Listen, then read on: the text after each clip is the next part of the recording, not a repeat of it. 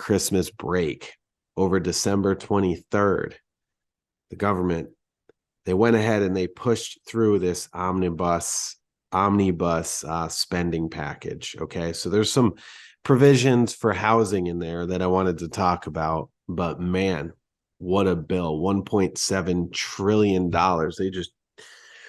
They just keep spending that money. They're reauthorizing the National Flood Insurance Program through September 30th, 2023. So basically, if you are affected by flood, if you're in a flood prone area, basically part of your insurance is subsidized. Your bill is 20% less because of that when you go through the National Flood Insurance Program, right? NFIP.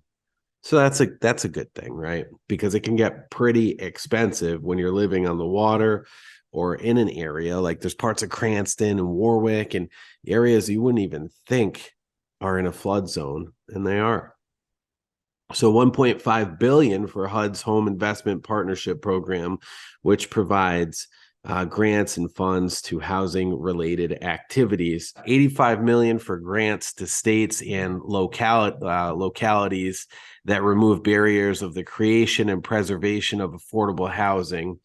So what that tells me is I do know that zoning can play a part, and we handle zoning locally here, right, in Rhode Island. But I do know that there's a push for the federal government, and they want to handle zoning on a big picture, right, so that they could start plopping affordable housing units anywhere they like. Let's talk about this one here. $130 million in new funding for Section 8 housing choice vouchers, right? So, all right, so $130 million sounds like a lot of money, right? But it's pennies in $1.7 trillion, and that it will help out about 11,700 families. Here's for FHA, sets a limit of up to $400 billion in FHA commitments to guarantee single family loans, and provides $150 million for administrative costs available through September 30th, 2024. So $400 billion towards FHA,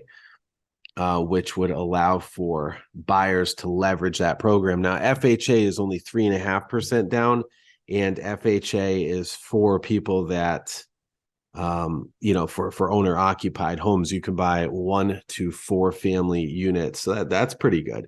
I like hearing that because we leverage that a lot here in Rhode Island. So that's a pretty important program. Broadband, $364 million and appropriated to the USDA's Rural Development Broadband Reconnect program to fulfill its mission of providing loans and grants to fund construction, improvement, or acquisition of facilities and equipment to provide broadband service in eligible rural areas. Elderly housing assistance, $1.4 billion for elderly housing and people with disabilities. So that's all good stuff. $2.7 billion for veterans, for housing and critical services. That's great.